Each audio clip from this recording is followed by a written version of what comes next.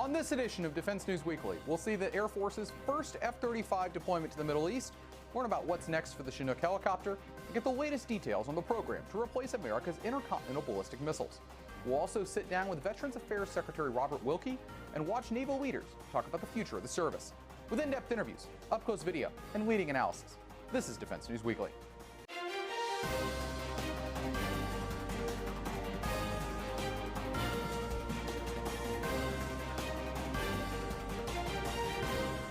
Welcome to this week's edition of Defense News Weekly. I'm Jeff Martin. We've got a busy show, but before we dive in, here's some headlines from the week.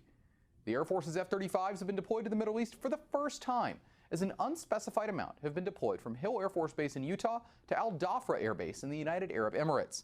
They'll be used to bolster the Air Force's firepower across the region as the service conducts airstrikes in both Afghanistan and against the remnants of the Islamic State. But this isn't the first overseas deployment for the aircraft, as it's also been deployed from Hill to both Europe and Asia in the past.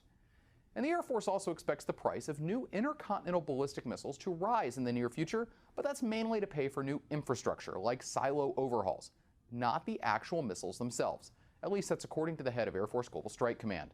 In fact, the Air Force is predicting the price estimate will drop after deciding a winner, at least according to General Timothy Ray. But this all comes as the program is on a collision course with House Armed Services Chairman Adam Smith, who has expressed serious doubts in opposition to nuclear modernization in the past. What's to be the fate of the CH-47F Chinook Block II helicopter? Well, as of now, it looks like it won't take off, as the Army says they'll only be buying Block II versions of the Special Operations Chinook, not the standard F model. In fact, Service Secretary Mark Esper says the Army won't be rethinking their decision, and that money for the Block II will be put into the Future Vertical Lift effort, which is expected to yield new reconnaissance and assault aircraft. But Congress may decide otherwise. We'll keep you updated as we follow this story. And the Army thinks they can accelerate the Improved Turbine Engine Program, also known as ITEP, which is designed to replace the engines on the service's Black Hawks and Apaches. In February, GE Aviation beat out a Honeywell and Pratt & Whitney team, taking home a $517 million contract. While full-rate production isn't set to start until 2026, the Army is making plans to hit that goal in 2025, speeding up a program that has been long delayed. But they still have to wait for a protest decision from the GAO, expected next month.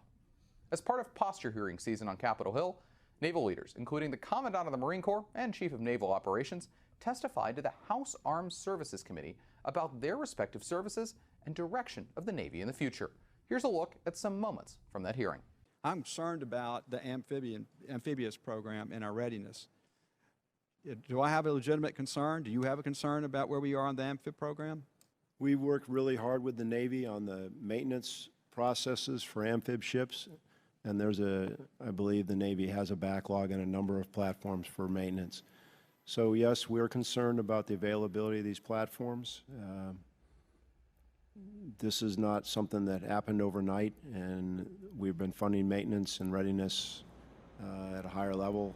So we're hoping to see a better availability of these ships, but it is something that the CO and I talk about, and he's tracking all this as we are, making sure that the platforms we do have are available and they have the mods and other changes they need. So we're not where we want to be, but we're continuing to work on it. What is your assessment of the current ready reserve fleet and the ability of it to support the national defense strategy? Sir, as I'm sure General Lyons told you, we currently meet the requirements, but that fleet is aging out quickly, and so the need for recapitalization there is urgent. We're working very closely with Transcom and also Admiral Busby. We are taking sort of a three-pronged approach. One is to do life extensions where those life extensions make fiscal sense. The second approach is to buy used ships that will meet the requirements, and we're taking advantage of all the authorities that Congress has given us with respect to buying used. And then the third is to build new. And so it's the combination of those three. Right now, though, I think I'm interested in having a discussion in terms of how we can best incentivize domestic shipbuilding in the United States of America. And I think that all of this would help not only the sea lift part of Transcom's issues, but also alleviate some of the cost for DoD shipbuilding, Navy shipbuilding, and so I think that that would be a good thing to discuss as part of this as well. Today, of course, the fleet stands at 51 and will drop to 42 by 2006. Admiral Richardson, can you state what the impact of even one additional attack submarine would have on the Navy's operational capability? Can you discuss what types of O-plans it would help support in an unclassified setting? Sir, I'll do my best. One is that with respect to our greatest gap between the warfighting requirement and current inventory, there's no greater need than the attack submarine fleet, as you highlighted just with the numbers. It's a wide gap and it's getting wider. So every single submarine counts against closing that gap. Why do we need that force level? Well, in the O-plans, I think it's safe to say in this forum that particularly the more stressing O-plans in the Pacific and in the Atlantic, the first phalanx, the first response among them are going to be the submarine response. And they're going to go out there early. They're going to use their stealth and speed to get into far forward areas and really establish the conditions for the rest of the joint force to execute their part of the campaign. And so right now we're stressed to meet those requirements just because of the force level in particular, combined with maintenance. And so every single submarine counts. If you think about a submarine going out there with 26 tubes in its torpedo room and missiles on board as well, and coming back empty, it's a tremendous influence on the battle space there, and that asymmetric aspect of it to open the door for the rest of the joint force. In some people's minds, robotic combat vehicles are a big part of future war. So Jen Judson talked to the Army's head of Next Generation Combat Vehicle Modernization to get his take. You're also working on a robotic combat vehicle.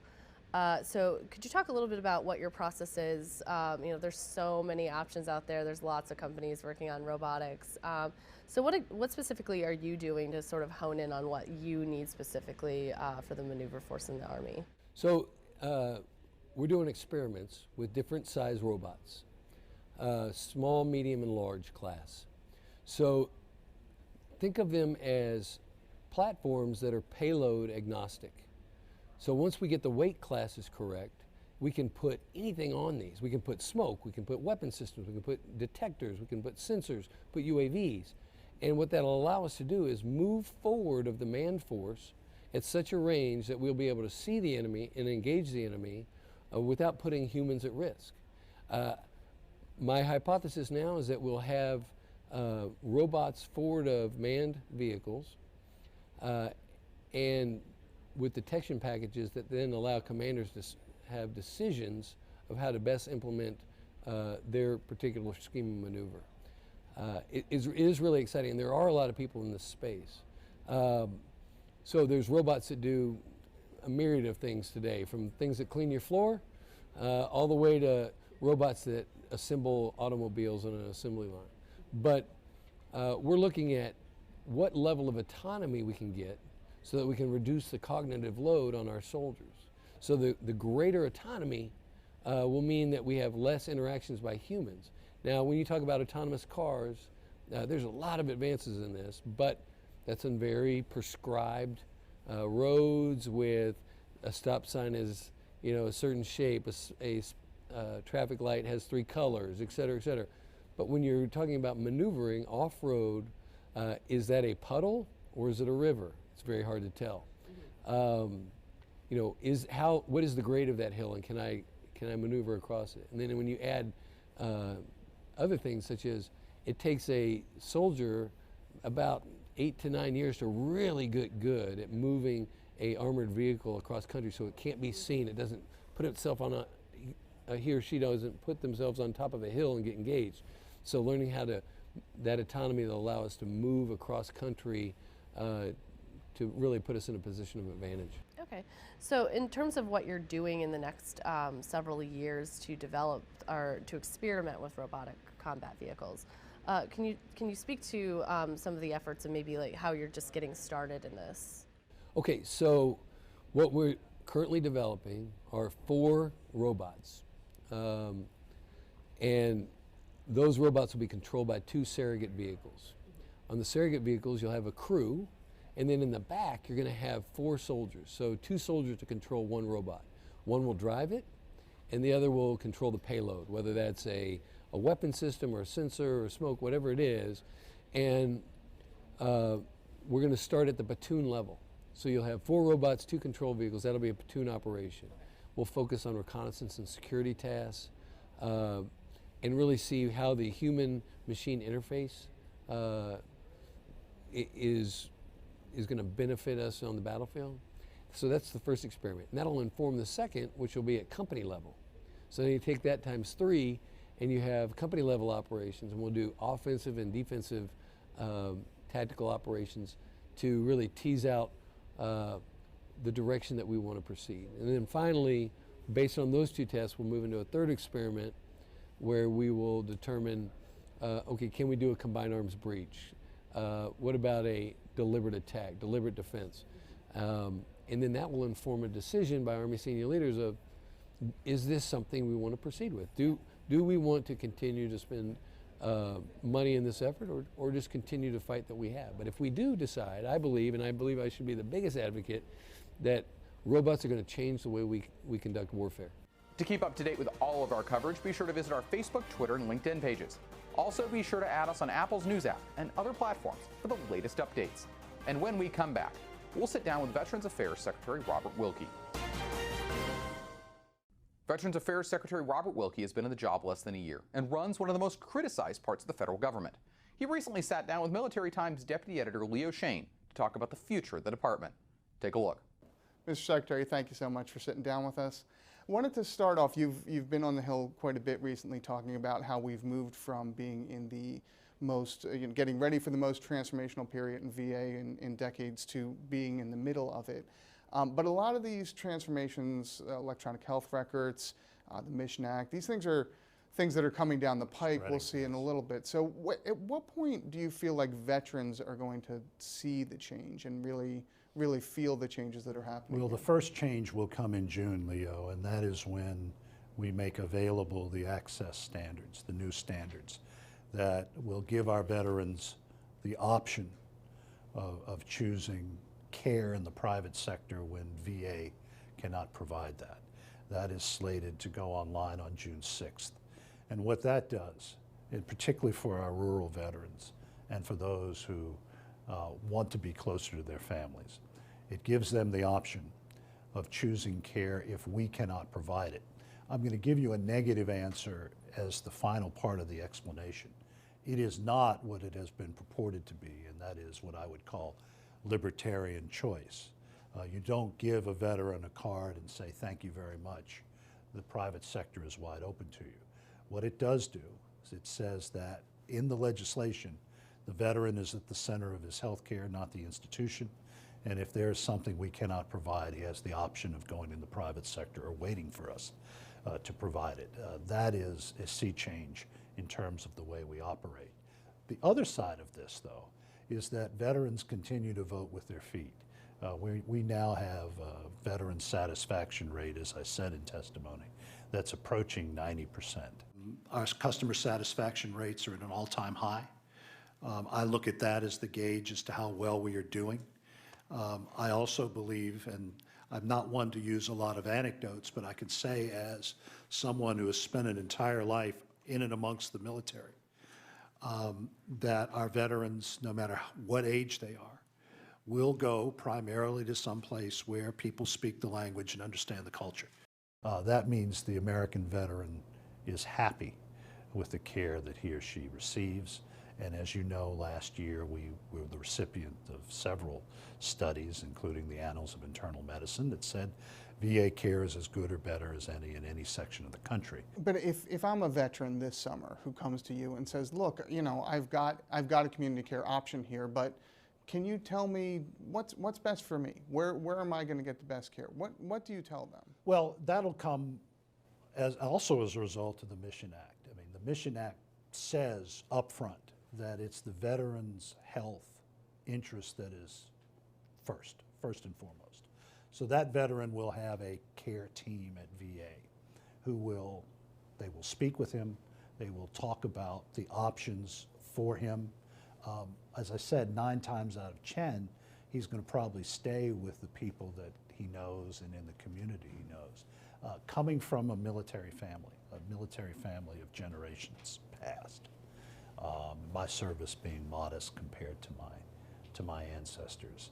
The military is a unique culture. The pull of the culture on people to be where they share experiences with others is very different from any other segment of the country.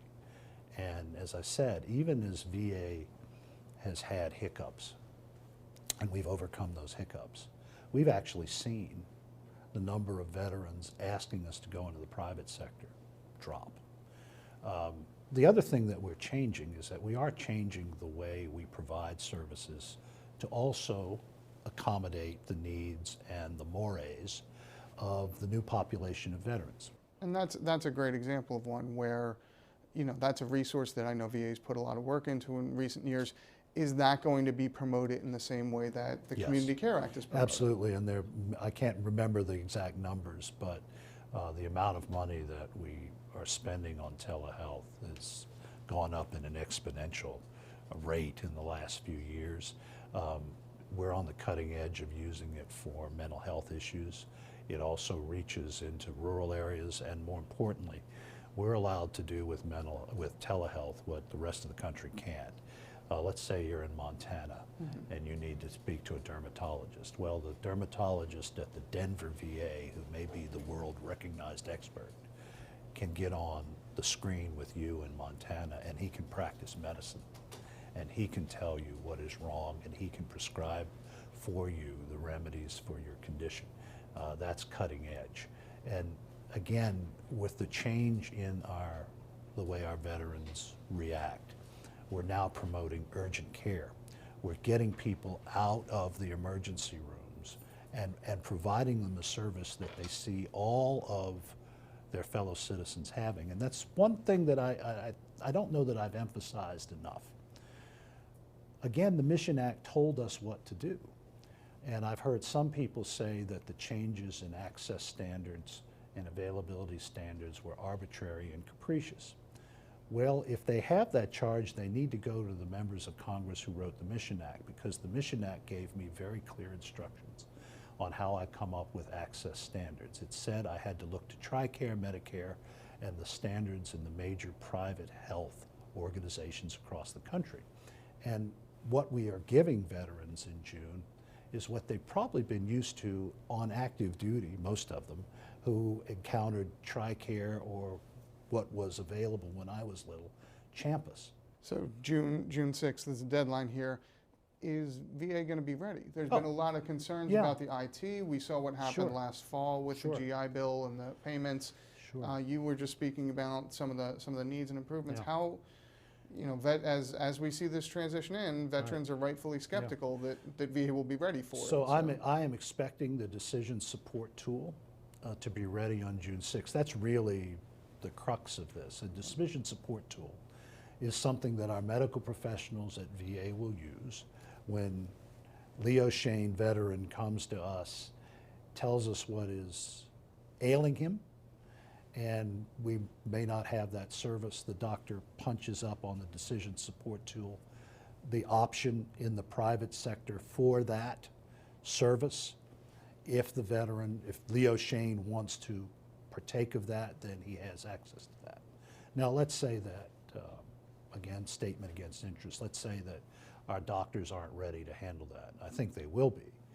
But we also have in place, as any good military organization will have, redundancies, that they will have another system supporting that can get our veterans what they need.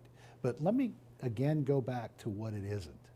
It is not a Medicare card. It is not libertarian free market medicine. Congress didn't tell us to do that. The Congress told us to give choice only in very specific areas. So it is different.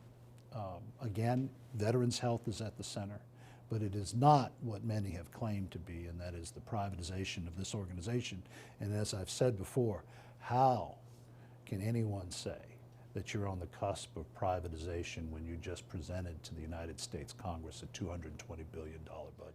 let me come back to that again. What, when June 6th rolls around, should they feel like anything is different? Yeah, that will be the first part. The second part that will kick in later in the year will be, hopefully, the expansion of our caregiver support program. Medicine is changing and VA is changing with it. The trends in medicine are to keep people out of hospitals and keep them at home for longer periods. What the Mission Act does is it says to my father's generation, the Vietnam generation, for the first time, we are providing family caregivers for the Vietnam era. I'll give you the personal anecdote there.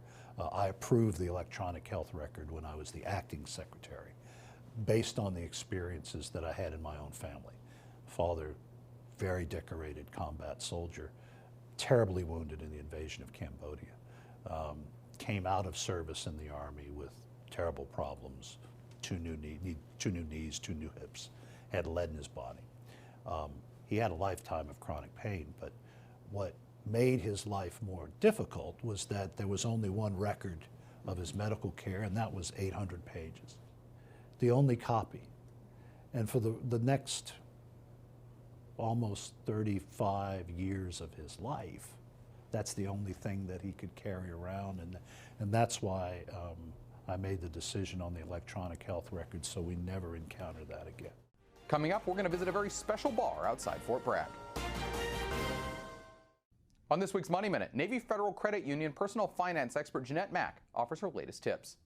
PCS season is upon us, and for most military families, that means two things: excitement for your new station and more than just a little stress. Whether this is your first PCS or your fifth, financial worries don't have to be a part of your move. The key is to save, save, save. As with any move, miscellaneous costs can and will come up, so plan ahead. Make sure to build up a cushion in advance so you're prepared when those random costs pop up. Make a list of all things big and small, like shipping costs for pets if you're moving overseas, or a deep cleaning fee for your home. This way you can have an idea of the upcoming expenses and how to budget. Opening a dedicated savings account for this helps keep you on track. And make sure to save your receipts. While some expenses may not get reimbursed by the military, they may qualify for tax deductions. So if you haven't saved as much as you'd like, do yourself this favor to get back some of those costs at tax time. The next time you move, you've got what you need to know before you go. Thanks, Jeanette. We'll see you next week. To get more defense news coverage, be sure to visit our website at defensenews.com and subscribe to our early bird brief, delivered to your inbox every weekday morning to get you ready to start the day. And coming up, we're going to visit a very special bar outside Fort Bragg. Inside a former barber shop outside Fort Bragg in North Carolina, there's a special bar. Let's go take a look inside Legends Pub. Now you're gonna have to make me think. I might need a shot before I do that one.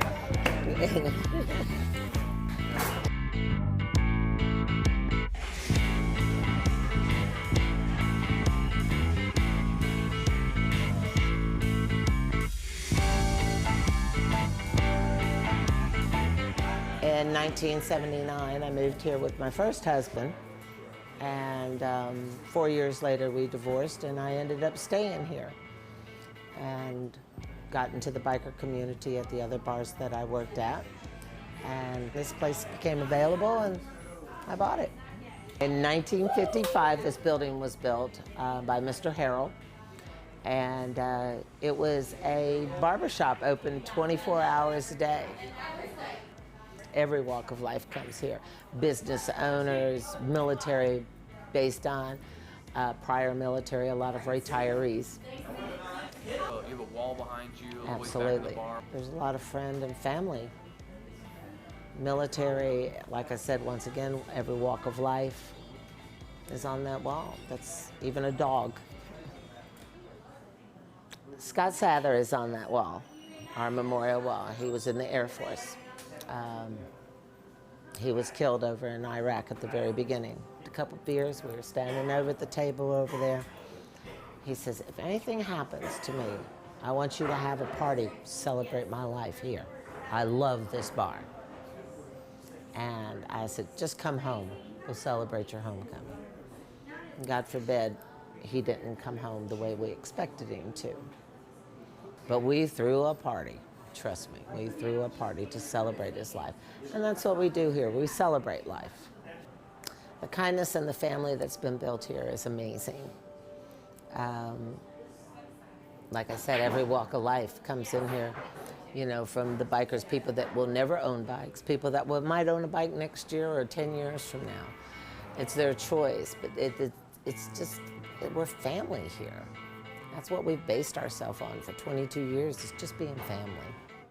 That's all we have time for this week. But if you want to see and read more, be sure to head over to our website at defensenews.com.